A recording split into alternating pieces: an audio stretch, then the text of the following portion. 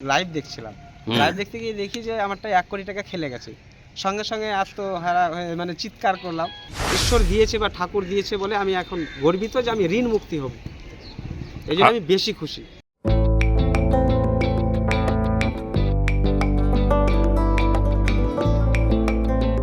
Lottery টিকিটে বাজিমাত, এক লহমায় কোটিপতি দক্ষিণ দিনাজপুরের কৃষ্ণপদ সিংহ।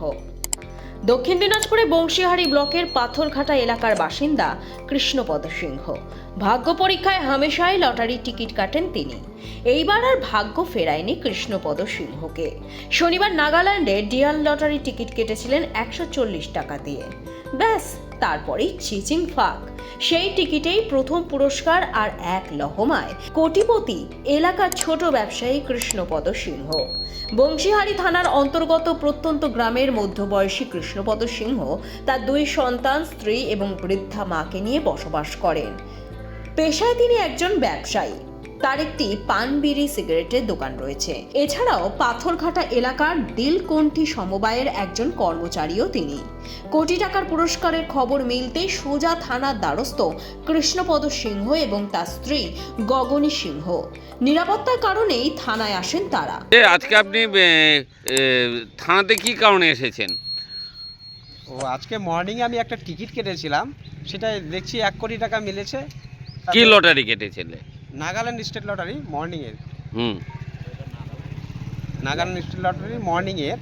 সেটা একটার সময় খেলা শুরু হয়, তো একটার সময় আমি লাইভ দেখছিলাম। লাইভ দেখতে গিয়ে দেখি যে আমারটা ১ কোটি টাকা খেলে গেছে। সঙ্গে, সঙ্গে আত্মহারা হয়ে মানে চিৎকার করলাম। আমার ম্যানেজার বাবু এবং আমার অল স্টাফ আসলো পাশে, এই কৃষ্ণ তো কী হলো? আমি ভাবতে পারিনি যে আমার ১ কোটি টাকা খেলবে, এটা জীবনে কোনোদিনও ভাবিনি। হয়তো হাজারের ঘর খেলতে পারে, হয়তো ৯০,০০০ বা ৪৫,০০০ পাবো, এটাই আমি চিন্তা ভাবনা করেছিলাম। কিন্তু ১ কোটি মিলে যাবে এটা আমি ভাবতে পারিনি।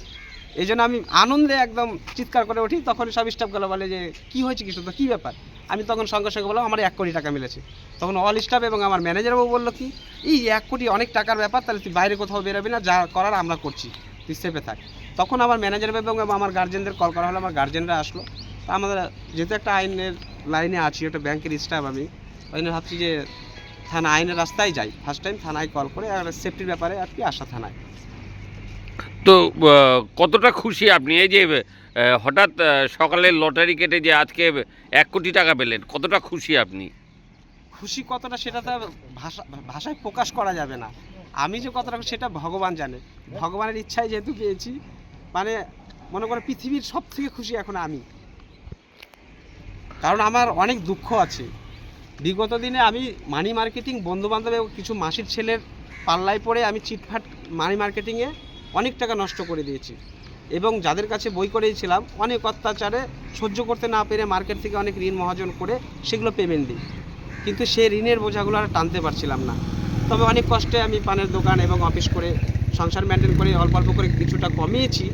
কিন্তু এইভাবে ঈশ্বর দিয়েছে বা ঠাকুর দিয়েছে বলে আমি এখন গর্বিত যে আমি ঋণ মুক্তি হব।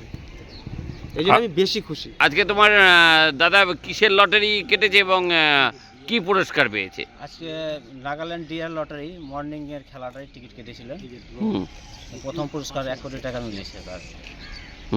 লটারির টিকিট মিলার জন্য আমরা পরিবারের সবাই খুশি। আজ কিছু সুব্যবস্থা পাওয়ার জন্য থানায় এসেছি।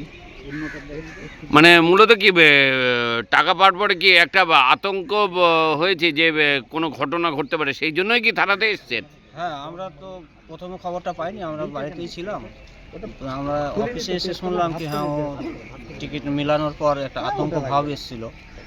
তো তারপর সবাই মিলে আমরা আসলাম, এসে এই থানায় নিয়ে এসেছি।